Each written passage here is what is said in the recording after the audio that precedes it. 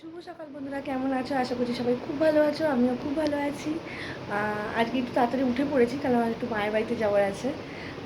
তো বাবু চলে গেছে সকালবেলায়, তো আমার একটু দেরি হবে, কারণ আমি রানী মিষ্টির খাবার করবো, ওদের খেতে দেবো, তারপর যাবো। এই একটা ম্যাডাম, ইনি সব সময় ব্যস্ত, কাজ করতে ব্যস্ত। রানী, বলটাকে খেয়েছিস কেন ওইভাবে? হ্যাঁ মিষ্টু, হ্যাঁ মিষ্টু, রানী বলটাকে খেয়েছে, তুই কিছু বলিসনি কেন? হ্যাঁ, কি হলো মিষ্টু? যাই হোক, এই ম্যাডাম সবসময় ব্যস্ত থাকে, দুজনেই ব্যস্ত থাকে অল টাইম কিছু না কিছু আকাজ করার জন্য।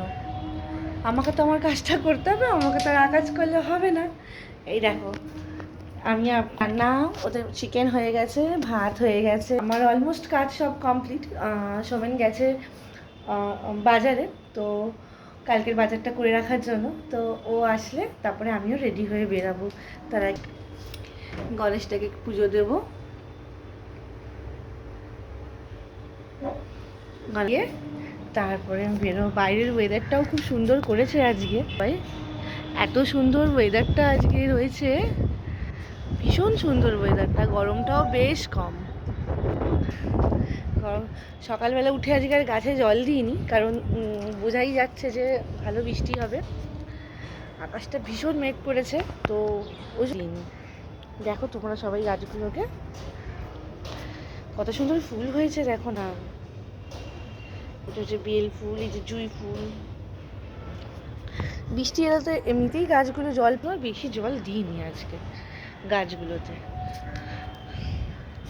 যাই হোক, রানী আবার বেরিয়েছে, এই দেখুন।